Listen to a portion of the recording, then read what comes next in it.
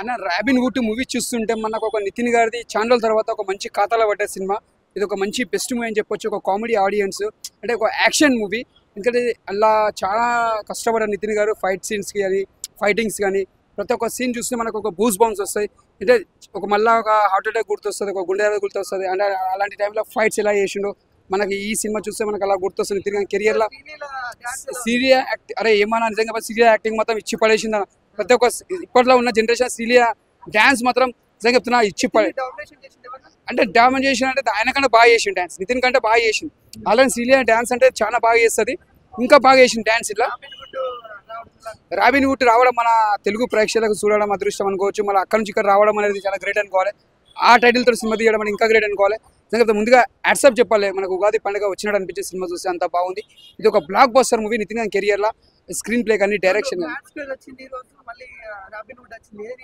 రెండు బాగున్నాయి. చెప్పాలంటే మన మ్యాట్ స్కేర్ చాలా బాగుంది. అది మళ్ళీ ఒక జాతీయతను గుర్తొస్తుంది.